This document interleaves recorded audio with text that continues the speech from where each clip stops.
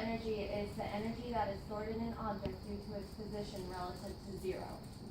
So our object is the cart, and its zero position is where it is now, because it has no energy there right now. So there's no potential energy it has. But as Nicole rose it up the roller coaster, it gains more and more potential energy. And its greatest potential energy is right here, because here is where it has the most potential to move the furthest. So as the cart moves around the track, it slowly loses more potential energy. Another concept we have is Newton's first law. And Newton's first law is that an object at rest will stay at rest, and an object in motion will stay in motion unless acted upon by an outside force. And so what that means is if there was no gravity or no friction acting on this roller coaster, it would continue to go around forever, and it just would never stop. But let's say I'm an outside force, and I act on it by taking it off the track, it stops.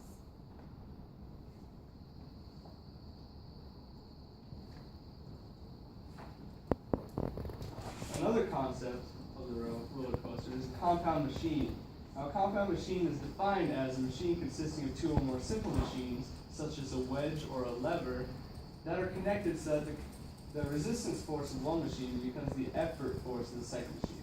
Now, a good example of a compound machine in our roller coaster is this right here, what is bringing the car up the coaster. What she's cranking on right now, that's the lever, and this whole system right here is acting as a pulley system, which is a compound machine. And that's consisting of the chain, the wheels, the wedge, and the lever. And that's what brings it up the track. Now, my second concept is kinetic energy, and that is defined as energy that a body possesses by virtue of being in motion. Now, this car obviously has kinetic energy throughout the whole thing until it gets to the end where it stops. Has kinetic energy the whole way down because it's moving. Now, it has the most kinetic energy right here because that's the point at which it goes fastest. And those are my concepts.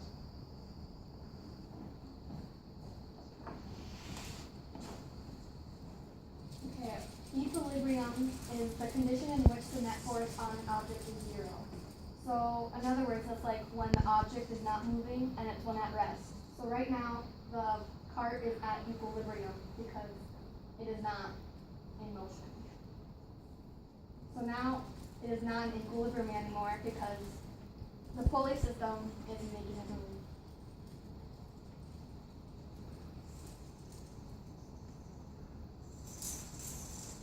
So now it will go back into equilibrium because it is not moving, it's at rest.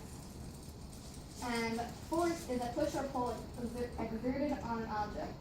So some forces in the roller coaster could be when Ben turns the crank because it's pulling the cart, and that's a force.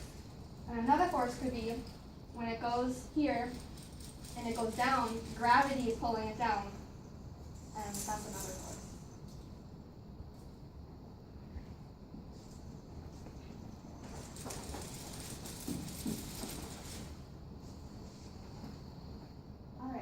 So effort force is the force exerted by a person on a machine. So right now, Kendra would be an example of an effort force because her hand is cranking the lever and the pulley system to make the car go up the coaster. Inertia is the tendency of an object to resist change. So as the car goes down this ramp, it builds enough kinetic energy so that it can stay up inside the loop and it won't just fall down.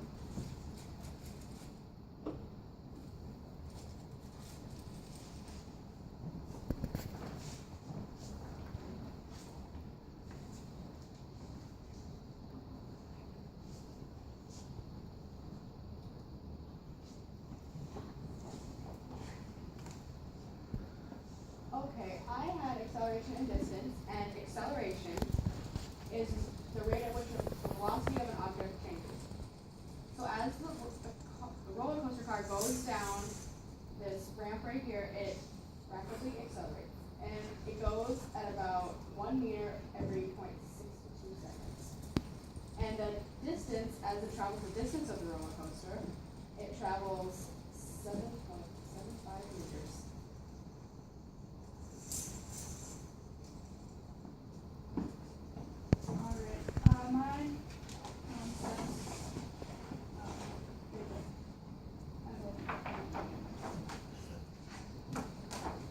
Alright, my concepts are average speed and average velocity. They're basically the same thing, except for the fact that velocity is a vector quantity, which is just a fancy word for meaning that it has a direction with it. So to find the average speed, you need the distance divided by the change in time. So I measured how long it took the cart to go around the roller coaster, and then I averaged it out, and it's about 11 seconds. And then I used a piece of string to measure how long the roller coaster is, and that is about 7 3/4 meters. And so I divided that out, and it's about 0.7 meters per second. And then so the velocity is the same thing, except you need a direction for it, and we just chose clockwise. It just depends on how you want to look at it for your direction.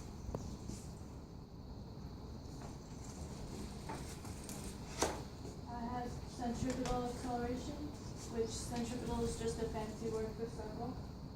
And the centripetal acceleration is when it goes in a loop, so the loop there, it accelerates as it goes down. If it didn't accelerate, the cart would fall off the track. And centripetal force is the force that's exerted towards the center of the circle.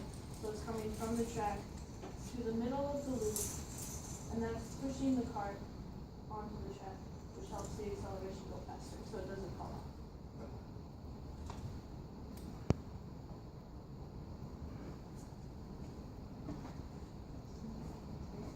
Alright, we need a So, volunteer. We have one more. Yeah, Tony. Tony. Saw your hand first. It's fitting since your sister decided to go shopping. So. Hear that, Jessica? You might need to hold it on there, bud.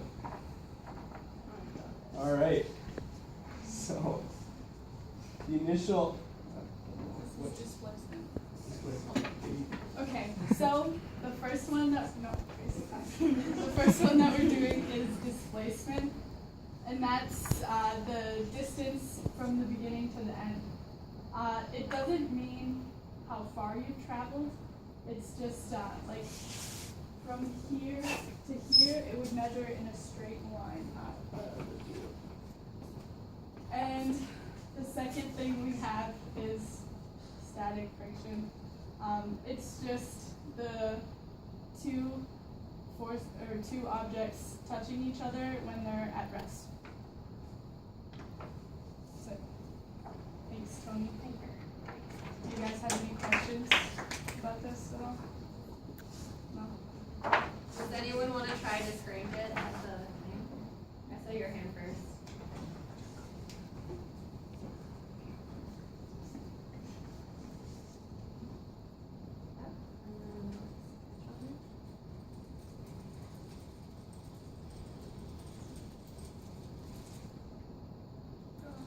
There you go.